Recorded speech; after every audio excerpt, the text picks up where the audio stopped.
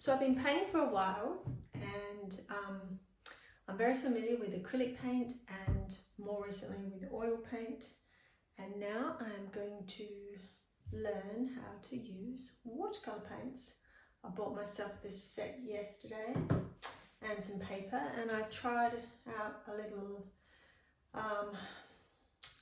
portrait yesterday and had a few ideas, and so I want to record this journey of learning watercolours for the record. So I've also got a new kitten who's going to keep me company while I do this, and so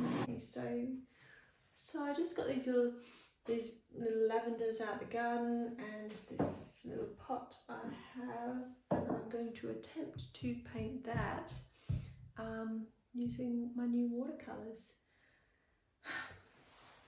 So we'll see how we go. A friend made me this little pot out of clay in the 1980s, and this is Frank, our new little ginger kitten. So now I'm taping down the paper with masking tape onto a board, stretching it out as much as I can, and this is meant to stop the paper from buckling. And then I just outlined the drawing because I don't know how to make corrections with watercolours. I'm so new at it, and I figure that if I've got something to contain my marks in, I'll probably make less mistakes.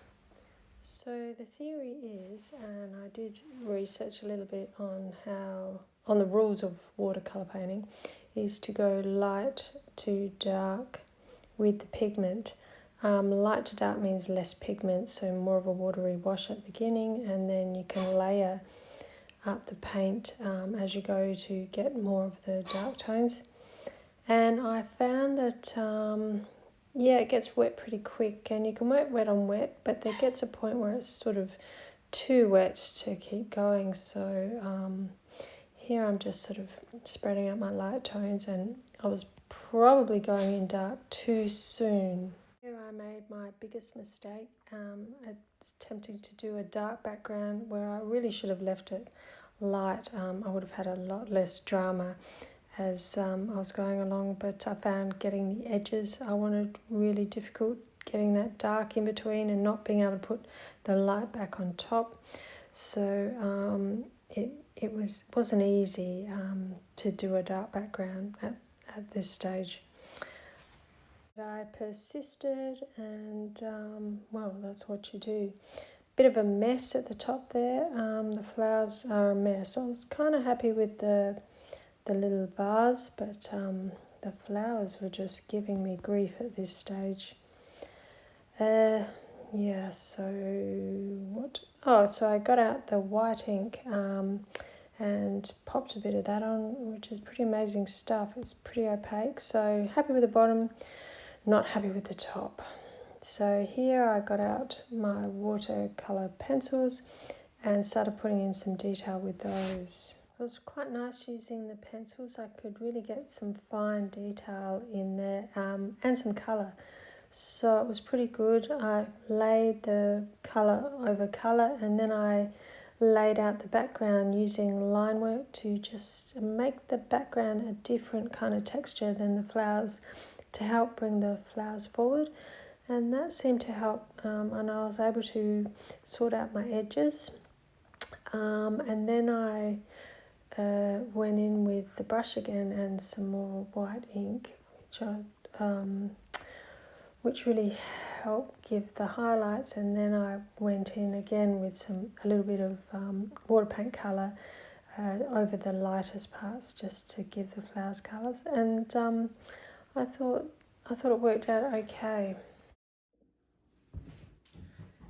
So I think I have finished, and I'm going to maybe have a look what it looks like. Ooh, why is that pulling off? What it looks like. I'm a bit sad about that, pulling that off. Without this masking tape. Just very carefully take that off like that.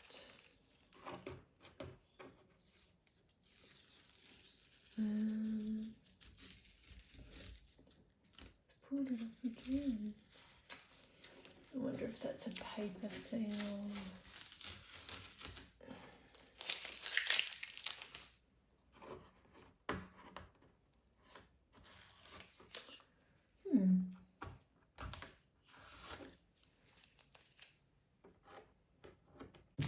There. Yeah, it's a good medium. It's a great process. There's a lot I think I can do with this, and there's a lot I have to learn. So I'll keep going with it.